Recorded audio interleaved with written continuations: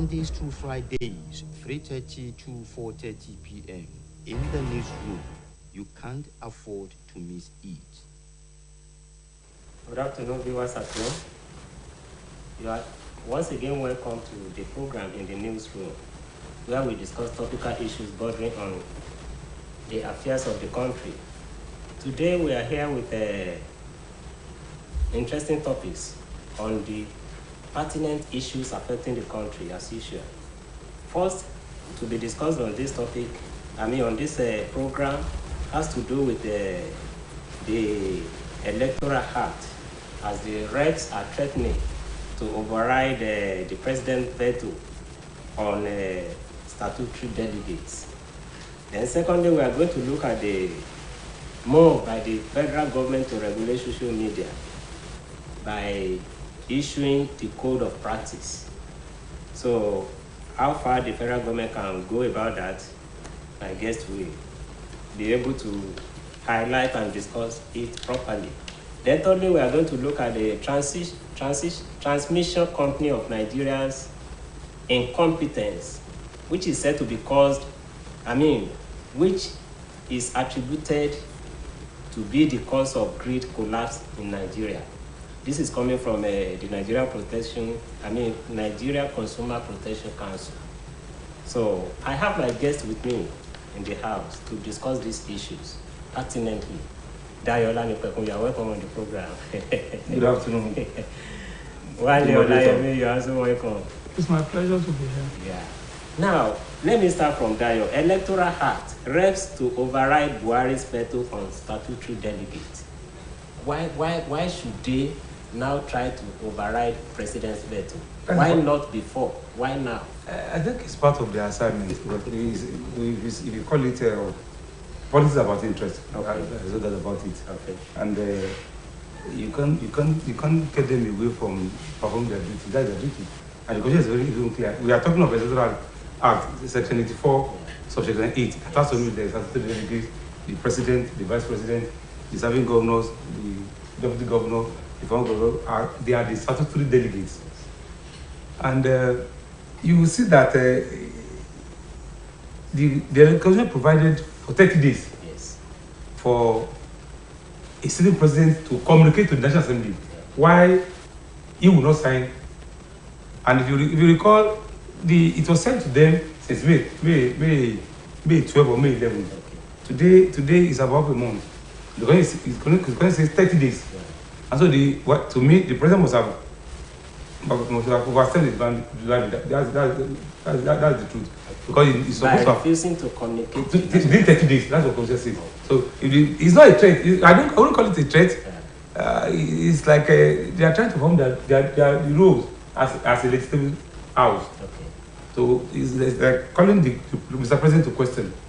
We sent a particular bill to you, you didn't sign it, and you didn't return it back to us. So they are for us, one can look at it as being interest, their own interest, because that aspect got them away from being statutory delegates. They are supposed to vote too.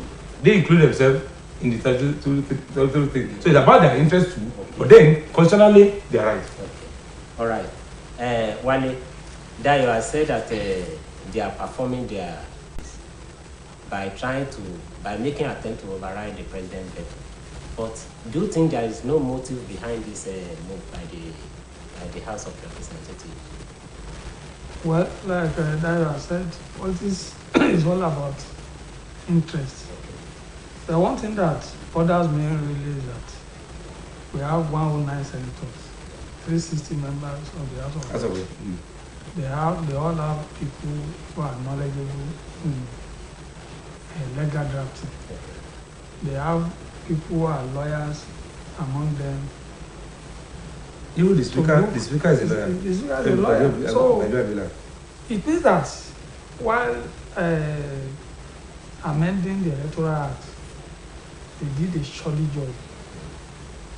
I don't know how you say that something that is you are supposed to be part of, and you made a law that excluded you. The show does not relax. So it's I think it's and in so many areas. Maybe that was why the president didn't bother to look at it. Okay, we presented this, have done this, have done. It was the aftermath of the crisis caused by that law, the law they presented to the president that he signed, that they now woke up and said, we excluded ourselves. So what are we doing? They excluded themselves. But in all ramifications, it has affected so many people too. For instance, the Senate president cannot come back now after almost 24 years in the parliament, simply because the man who won the Senate ticket said no. I'm not going to step down. And those who framed that law were so, let me say, there was a sort of ingenuity there, that even if the man is going to step down for you, he must bring a letter personally. Signed by him. Signed by him. They didn't say he must send it. He must bring a letter himself to the national chairman and hand it over. Withdrawing. And withdrawing. So if that is, so you can see the complexity of some of the amendments. Maybe when they were doing it, nobody thought about it. Okay, let's have a second look at some of these things, these provisions. But it's like they are caught in their own web now. And now they are going to do it, I don't know, even if they succeeded in overriding the president, it's of no use. But there's no, you have to wait to use that Electoral Act maybe for the amendment now, or maybe some splinter of states. But for a general election, I don't think so. Now, Dayo, from what Wale has said now, if they are if the reps or the National Assembly is the architect of their own mistakes. Yeah, it's emanating from them. Now, why must they now be saying they will override the president? You see, like I said, it's like they shot themselves in the legs. Yeah. Like Wale said, I think they weren't conscious of that aspect of the Constitution. And they seem to have been caught in what they did. But even at that, Section 58 of the 1999 Constitution was amended. And like I said, gave them the power to override the president. Because the president has refused to give a reason why he's not signing it. Well, like Wale said, it may not be, such law, even if it is signed by the president, even if the veto can be retroactive. Like we said, it's for future. And like Wale pointed out, it's a political interest. If they had known, maybe they would have been more conscious of the wordings, the provision of what they sent, or what they legislated upon. But that their court is like trying to hit back. I see them trying to hit back at the president for holding this assembly. Many of them are so affected. Like what I said, many of them, they are so affected. But see, except you can lobby, many of them are not coming back home. Which it's not done on them. When you listen to the Speaker of House of Rep, like I said, who is equally a lawyer, a non-lawyer too, and the President of the Senate, they may not come back. Except the President of the Senate, they may not come back because they are caught in that Electoral Act. Okay, thank you. Wale, let's look at it this way. If the National Assembly has done this out of maybe carelessness, so to say, can you imagine what they will have done in respect of other laws affecting the totality of the country? Well, the issue before us is that we have parliament. Because a lot of people will say there is no basis for a bicameral legislature. And maybe we are moving gradually to that. Because if you have 109 senators, 360 members of the and it's out of the lot, just one person is expected to have looked at all those things with an equal eye, and now come maybe to the floor of the House of Reps or the Senate and say, my colleagues, this is a monumental error. And having said that, what they were trying to do when they were legislating was that they wanted to get at their governors. Because on that list, that what do you call list that they're talking about now? Get it right. No, the list that will have made them. Section 84 it. No, Yeah, The delegate. The delegate, statutory delegates. Statutory delegates. Okay. When you look at it, down the states, you have people who are commissioners, special advisors on the delegate list. So, because most of them have been turned to outsiders in their states, they wanted to wield that power so that they will cut all those people off. Because when you look at it, commissioners, special advisors, the numbers are huge in terms of when it comes to when you want to do primaries. So they succeeded in doing that, but they didn't look at it properly, that they excluded themselves. So by the time they will wake up, it was late. You know that they quickly ran back to do an amendment, but it was late. That was how the president told that assent. I know you have played the game and you have boxed yourself into the corner. So stay where you are. So they are now fighting back. Let's see how it pans out. Okay, thank you, Wale. Let me come back to Dayo. Now that the flaws of the National Assembly has been realized, what will you tell them now?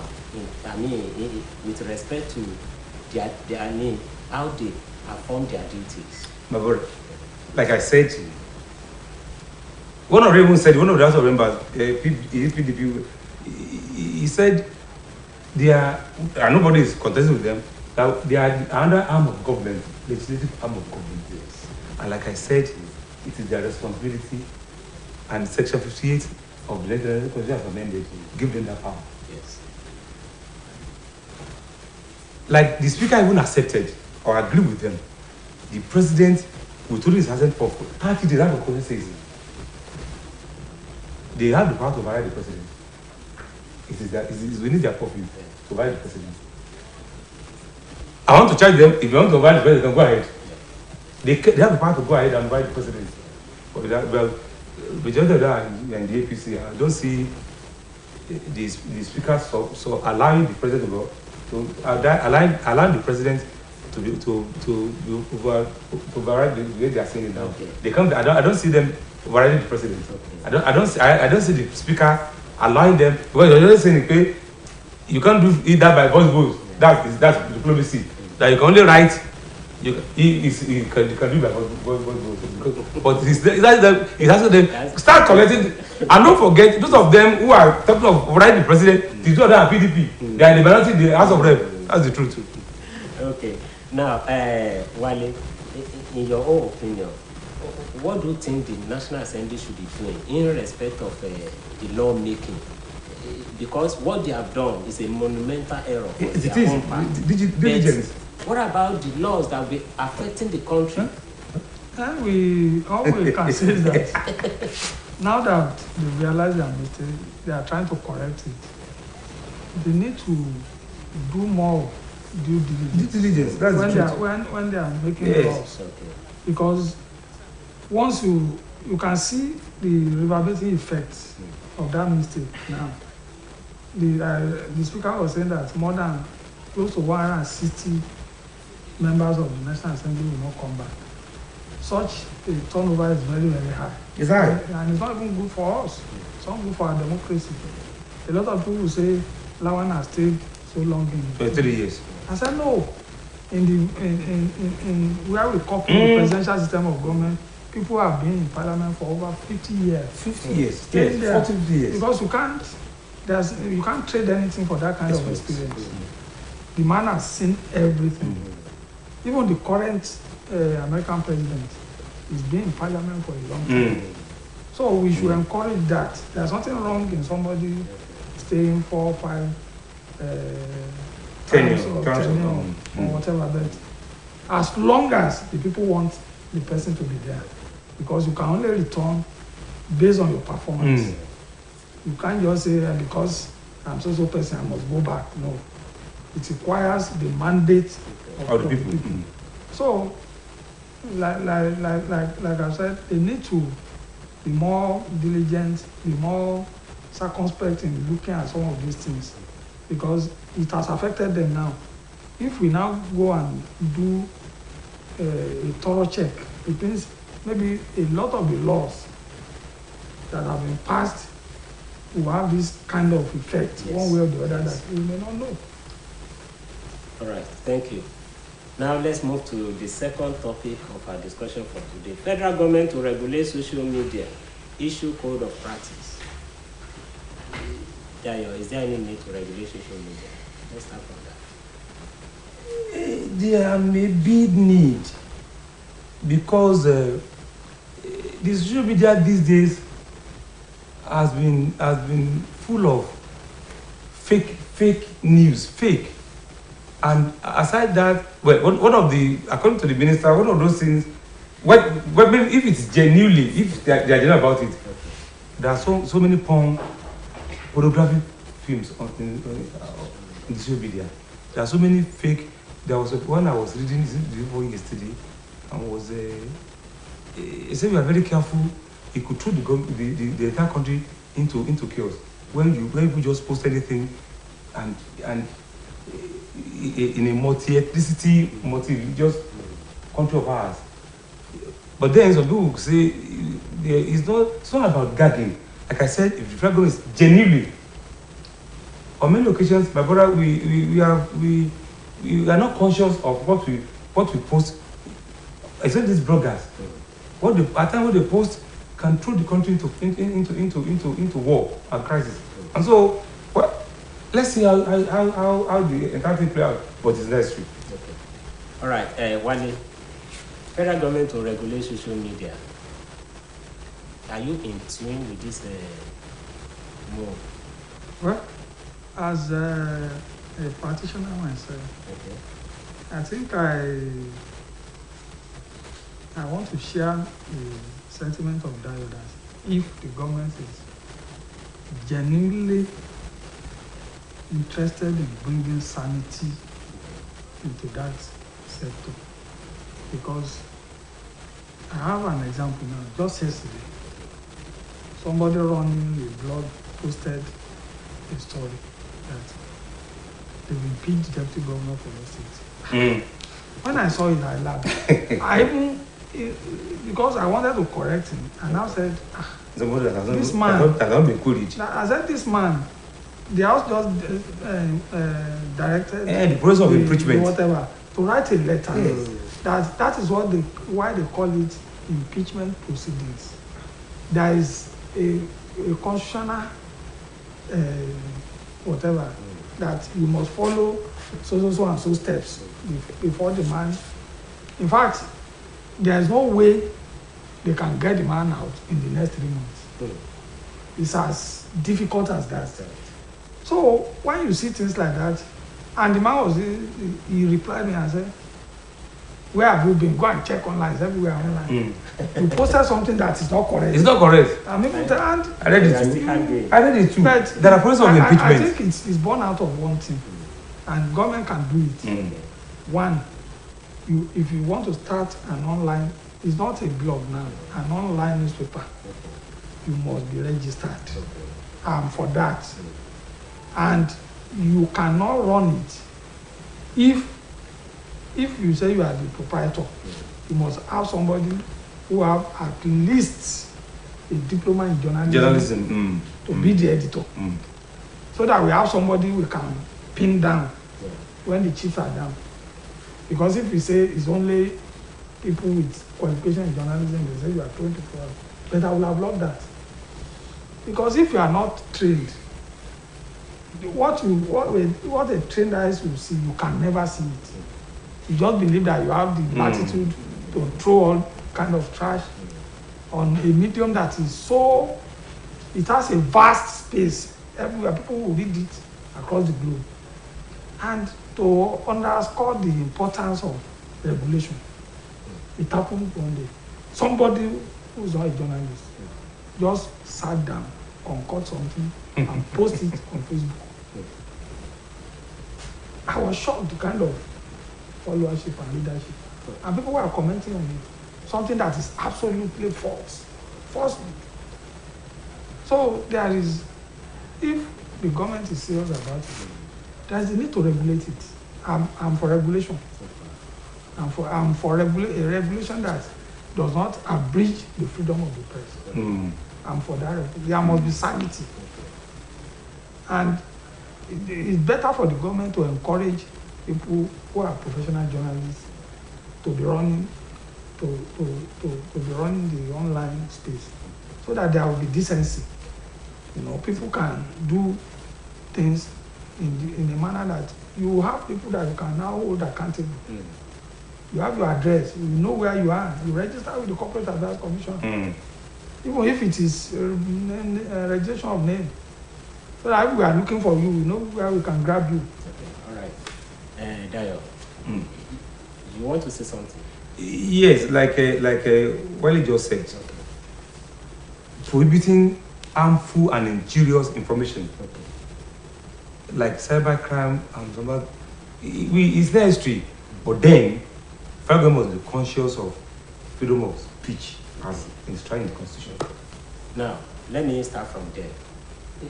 How effective do you think the Facebook, Instagram, Twitter, YouTube can go in effecting this check on injurious information? You see, it can.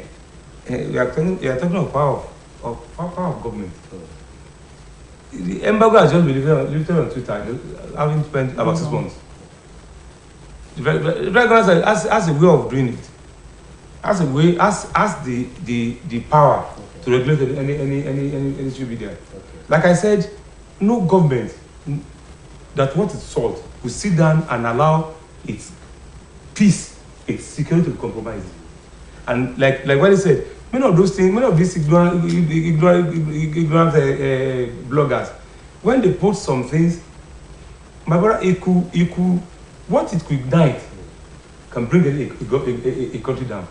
And so, like you said, honestly, I'm for regulation of the media, but without an injury in the freedom of speech as enshrined in the Constitution. But issues like cybercrime, issues that have to do with the security that need to comprise the security of the country must be regulated. Just like it did for Twitter. Until recently, when Twitter was for 6 months or more than 6 months, for months. All right. And I know that Twitter will not make that kind of mistake again. It will. Yeah.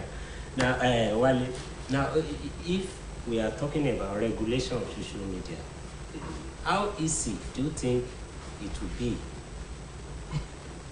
Well, some of us, when we put something on Facebook, Twitter, WhatsApp,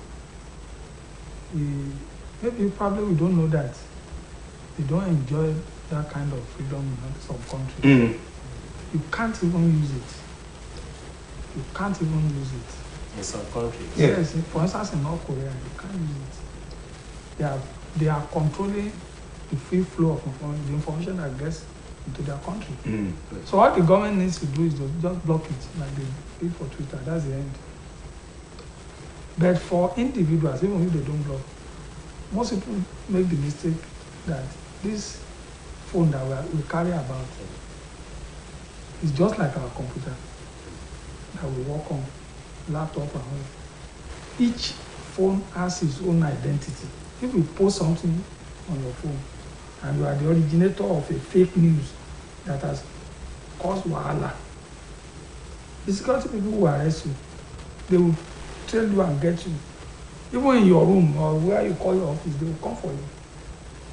So when we are talking about regulation, government knows what to do. And I think the best approach is to start, I won't say licensing, registration. Go and get yourself registered with CAC. Don't tell them to register liability company. Just register your name. You know where you are. So that if there's any infraction, you know where we'll get you. And no story must go without a byline. So that we know the person who is responsible for that story. You don't just sit back somewhere and be writing fiction and sending it online. This is the season of such lies. Yes. And you see it online so many times. In fact, from last week now, they've appointed maybe 20 VPs for Tinubu. Veto for we just see story. Veto for PDP. Yeah, for PDP. Until the PDP came out to say it's Okowa. They like what is it? Udom Mohammed, Akwebon, Idris Manuel, Akwebon. And you see stories written that Wiki, and you see some of these are been claiming authority. Yeah, that as if they are part of the meeting. So that is where the problem is. There is a need for regulation. Okay. Because we can't continue like this. Okay. The whole space has been fouled by people who have no business in journalism. And for people to say they want to know, even in Senate crimes, you can't, it's not possible. It's the US that we talk about. There's no absolute media freedom there. If you write anything that can compromise the security of the state, you'll be arrested. You should come and defend it. Most of when what you are written is false. They will sit you down, okay, Mr. So and so. How did you come about this? Please defend it. We are not even saying you should tell us those who give you the information. How did you come about it? Give us how. So at the end of the day, you discover that there will be sanity, one way or the other. You won't publish what you are not sure of. When people talk about publish and be damned, no wahala, as long as you have your facts. But if it is at the realm of speculation, and it turns out that what you have published is not the truth, then you will be ready to face the music. Yeah, right. Before we leave this, I know we are about to the topic. Yeah. I'm not sure this is too much. Part of the code of practice is this. Okay. Is abide by Nigerian laws. Okay. And not deploy or modify their platform in any way that will undermine or interfere with the application or enforcement of the law. I'm not sure like Wally said, I'm not sure any government will be so frivolous to allow any online platform to go against its law. I'm not sure. Then it says online platforms are also expected to prioritize authentic information in search feeds or other distribution channels, trace, expose, penalize, or close accounts and sources that amplify disinformation and misinformation. Those sources are clear. They are not ambiguous. And even in some cases, you don't need to run too far. If you see an information and you are in doubt, there are so many forums that you can fact bring it down, or you bring it down. No, you can even fact check. Immediately you run it through, you tell you have is Africa fact check. We have so many locally. Immediately you send the story, they will say no, this is a lie. So that you don't even touch it. If you are in doubt, it's better to leave out. And if you can't leave out, it's not running into trouble. You'll find out. All right. Gentlemen, thank you very much. Let's move to the third topic for our discussion today. Transmission Company of Nigeria's incompetence, cause of great collapse, Nigeria Consumer Protection. Dayo, how would the Nigerian Consumer Protection Council attribute the collapse of national grid to the incompetence of transmission companies? Must we deceive ourselves before we are told without truth that those in the first instance we have heard the story that they transmit and the distribution company are unable to absorb what they were allocated. Okay. So I'm not sure. I'm not sure the consumers are getting it right. If there is transmission, and those who are supposed to distribute are unable to get enough from the transmission, except the transmission, they are saying the transmission company cannot transmit enough power. But if they are able to transmit enough power, and those who are supposed to buy. If I'm supposed to buy a 10 megawatt, I say no, I can't buy up to 10 megawatts. Yeah. I can only buy 3 megawatts. How the transport company? How do they come about? How did that become their fault? So I'm not sure the consumer are getting it right. All right, Wale, do share this sentiment that probably the Consumer Protection Council is not getting it right. No, I think the issue is this. the privatization thing itself Has lost. is fraught in a lot of Abnormally. I'm telling you. Mm. I'm telling you. So, right from the word go, they didn't get it right. You have the Gencos, you have the Discos, and you know, in between you have so many, the bulk purchasers. It's so complex that all you get to hear about is people sharing blames, apportioning blames. And I don't know the kind of privatization of power that we are doing, whereby everything is a monopoly market. For instance, around this area now, you can't, if I discover that IBDC is not doing well, I don't have anywhere to run to. No alternative. No alternative. So you But use this- I better not know. Yes. But now, if I'm holding a phone, Airtel line is not doing well, I'll just dump it, move on to Glo. Another one. If Glo is not doing well, I can go to MTN. If MTN is not doing well, I go to Airtel. You see, and when you have, that is the essence of privatization. So that the consumers can the consumers have varieties. Okay, now I can't, if I say IBDC is not doing well, I can't say I want to go to the Benin, whatever. It's not possible. They cannot service us here because we have a monopolist in IBDC. If our transformer is not good and we feel that, no, this IBDC, they are not doing well, can we move? There's nowhere to move to. So I don't understand the parameters for this kind of privatization. They just allocated those things to themselves, those who have really left power before the APC came. So, and when you see something like that, it makes it extremely difficult for the current government to intervene decisively in the power sector. All they are doing is just pumping money there. Pumping money there. No, and before you, and I've listened to so many experts there, they say, this is not about money, it's not about throwing money around. It's about looking at your priorities. That what should be of importance is not saying we are generating 15,000 megawatts. No, that all you need to do is the whole equipment that is obsolete. causing that National grid to collapse. perennial collapse of national grid. Change them. The lack of maintenance too. Change them. Obsolete equipment. Then since when did we look? Nigeria we lack maintenance culture. Yes, they don't even have it. We don't have maintenance culture. It's not as if they are completely obsolete. But we see when you are using even our health too, we need to service our health. But when you are using a particular equipment day in, day out, and you just feel that it will not collapse, we are deceiving ourselves. Aside being obsolete, we lack maintenance culture. Maybe that is why and it is unfortunate. The TCN is still a federal government parastatal.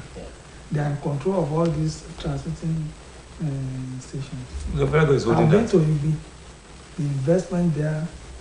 If they value it now, it will run to trillions of naira. Okay, now. But there is also sabotage. Okay, now if we are to go by your submission now, the two of you, can we not say that TCN should be in charge of maintenance of this equipment?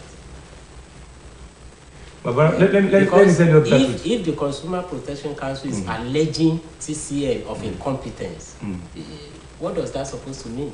Look, like when he said, the entire process of privatization is very wrong, extremely wrong. A privatization that you carried out and that forbid the federal government withdrawing the licenses until some conditions are met. It's like this. It's my property. I sold it out. It's like asking a carpenter to come and take care Job of a bricklayer. No, that's even there. A carpenter to come and take care of a saloon. How do you think? Look, when Fashola was manning the place, he made some revelation that it's yet to be discounted as to today.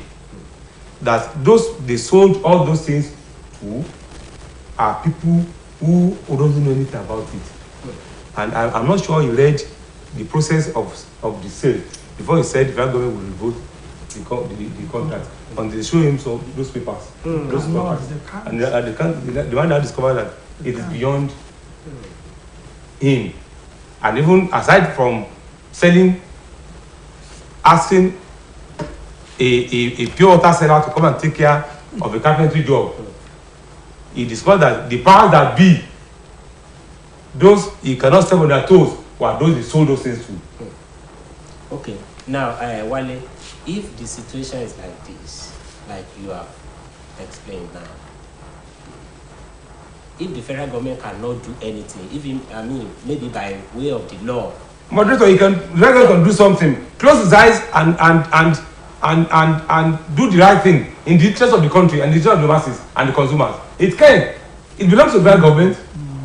But see, like I said, some powers that be, it's like an attempt not to want to step on toes. If this country must be on the right path, they must stop on some. The government must step on some toes. That's the truth. I think the only way out now is to remove electricity or power from the exclusive list. What Tinubu did, they are still enjoying it in Lagos till tomorrow. This is an wrong project. What Tinubu had at the back of the mind then was that, okay, this incessant power failure is going to hit Lagos economy badly. That the best thing to do is to have an alternative power source. So that even if they are not going to use it for the generality of the populace, they will take what the companies are consuming. Okay. So it means that Aaron will be giving power 24 hours.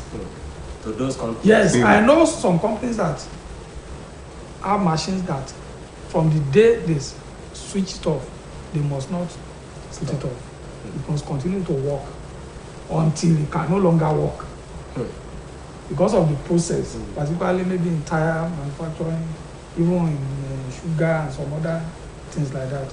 It's not that if they switch it off, it won't work again, but it's going to affect the life cycle of that machine.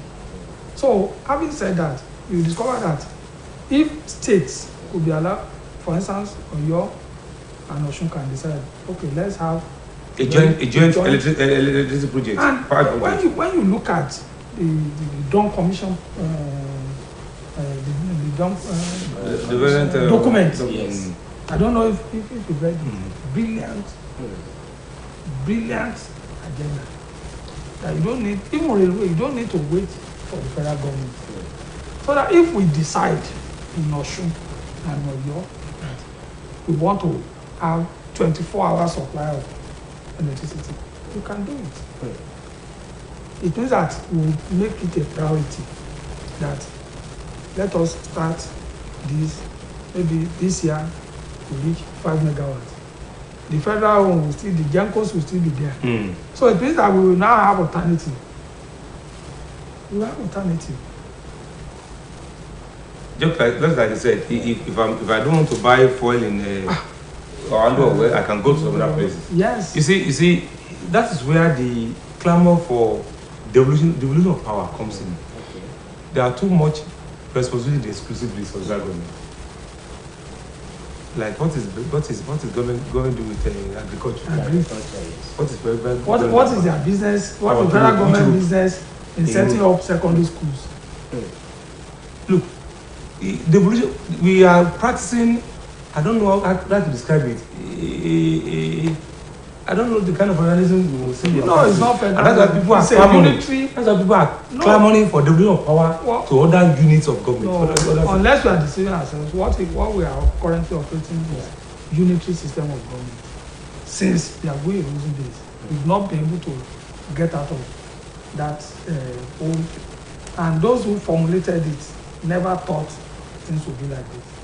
They had it today because they could not think ahead.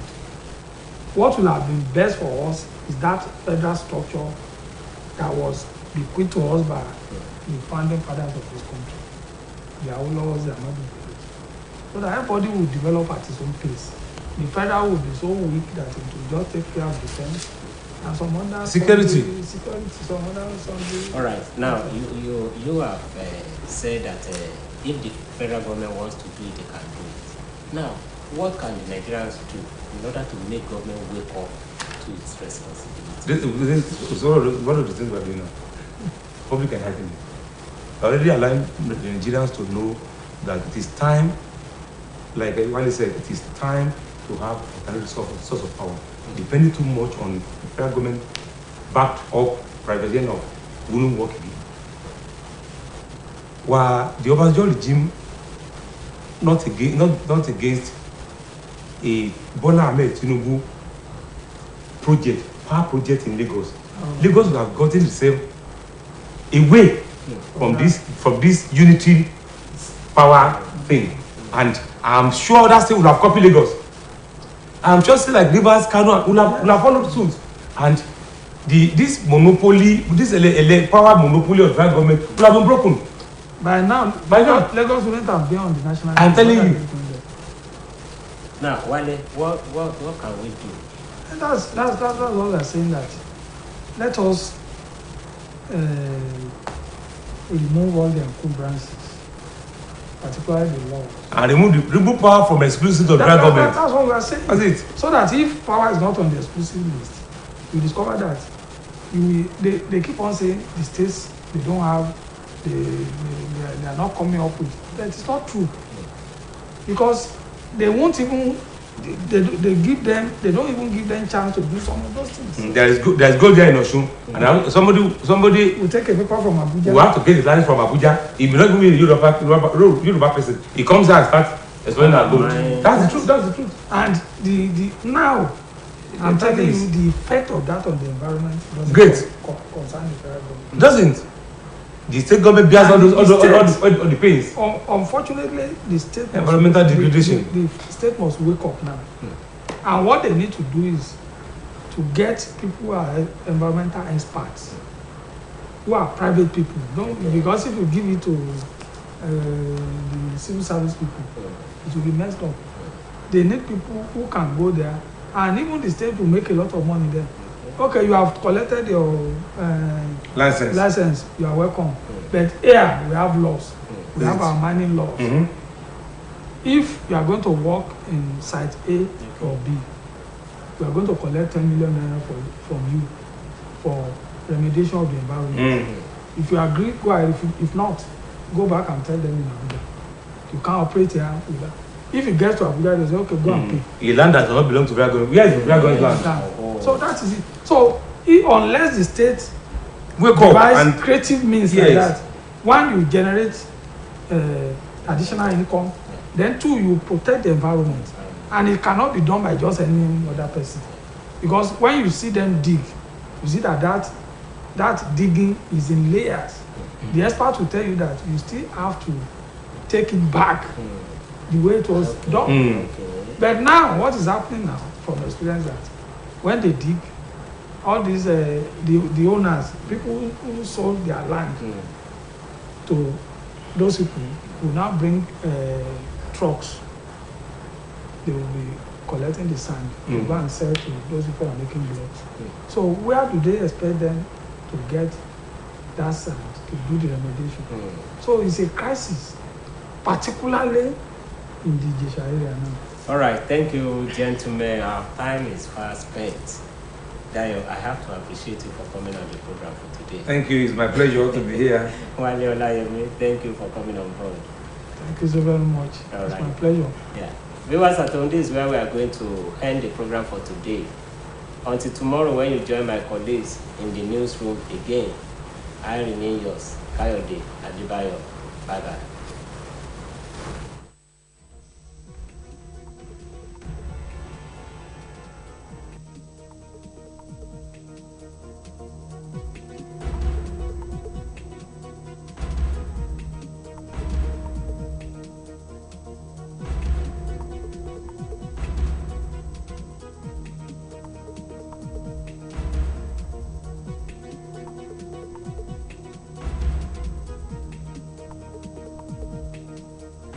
Mondays to Fridays, 3:30 to 4:30 p.m. in the newsroom. You can't afford to miss it.